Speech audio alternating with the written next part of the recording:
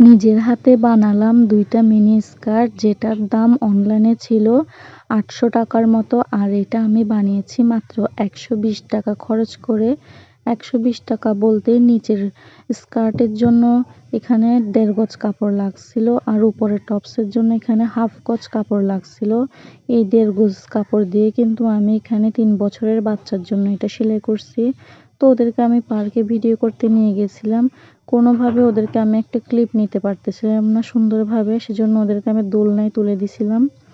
এটা আমি সেলাইছি সুতির কাপড় দিয়ে। আপনারা চাইলে এখানে কিন্তু ভেলভেট কাপড়, না হলে লোন কাপড়, নাহলে বা জর্জেট কাপড় দিয়ে এগুলো সেলাই করতে পারেন।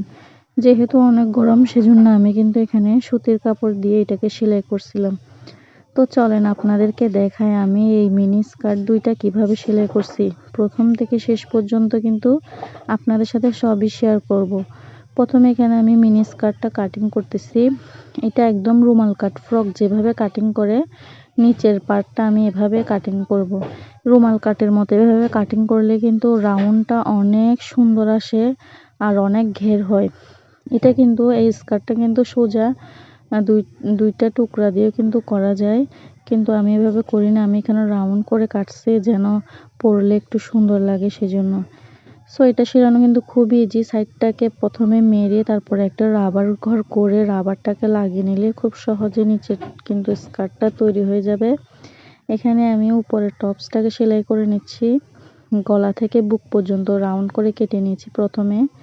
এখানে একটা কাপড়কে অনেকগুলো কুচি করেছি আমি। এখানে কুচিটাকে আমি এখানে সুন্দর করে পুরা গলাটা জুড়ে বগলের তল পর্যন্ত আমি এটাকে সেলাই করে নিব।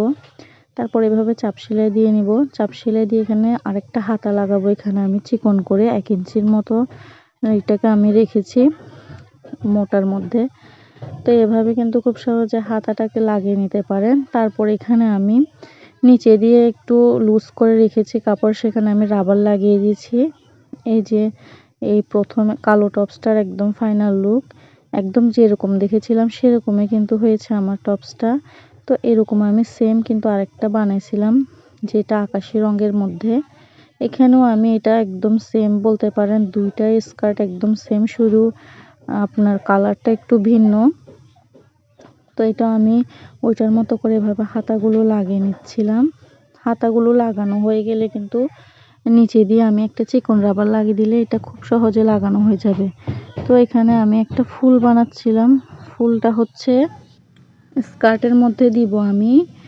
তো এখানে আমি বক্রম দিয়ে এটা সেলাই করে নিচ্ছি ফুলটার ভিতরে, কারণ বক্রম দিলে কিন্তু ফুলটা আর ধোয়ার পরেও কিন্তু বটে থাকবে না বা কুঁচকে থাকবে না, একদম যেরকম ফুল সেরকমই থাকবে। তো এই হলো আমার স্কার্ট সেলাই।